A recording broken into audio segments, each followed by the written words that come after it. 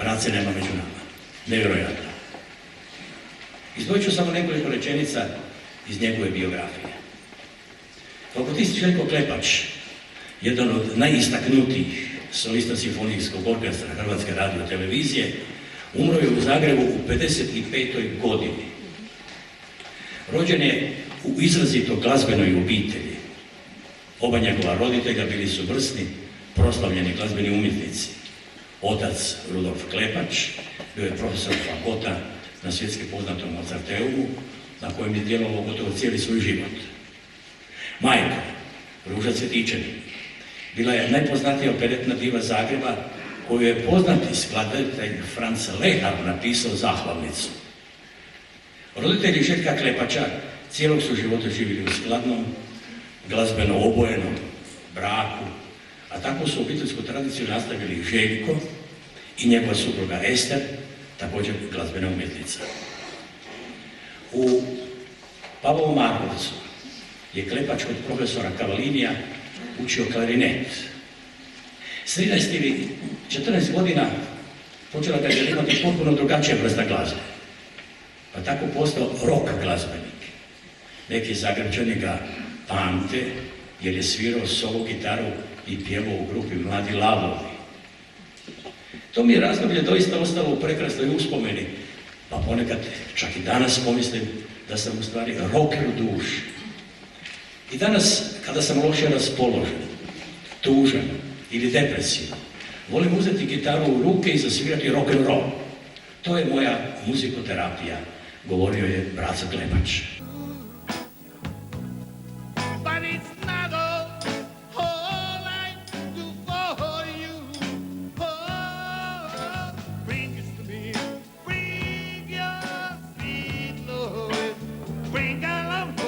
Kad sam odlazio iz Lavova, otišao sam ne zato što sam htio ostaviti Lavove, nego zato što sam išao studirati u Salzburg, na Mozarteum. Ja sam, naravno, fagot.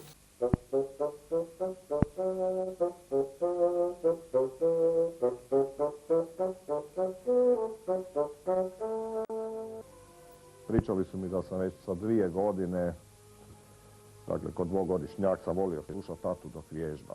I iz tog vremena ima jedna zgodna anegdota, naravno sa 2 godine još nisam znao pošteno ni govoriti, a ljudi su me stalno ispitivali i pitali su me, a šta svira tvoj tata, ne? A ja onako jadan nisam točno znao, pa sam rekao, moj tata svira kaj god.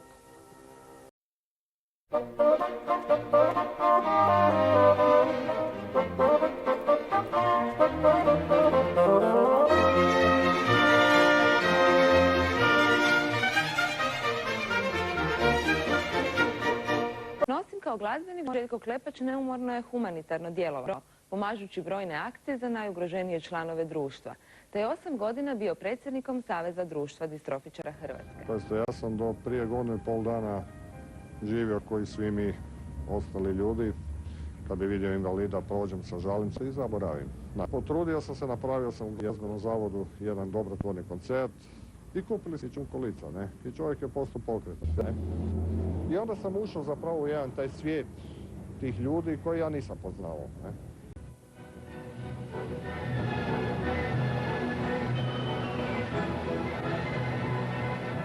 Koncert.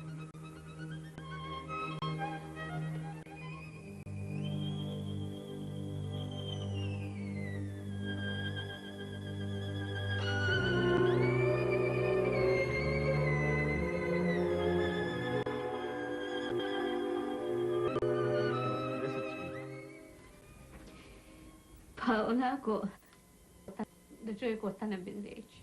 Je, ali znate šta, to je prvi put u životu da se ovako ne poznamo, stvarno pobrinu.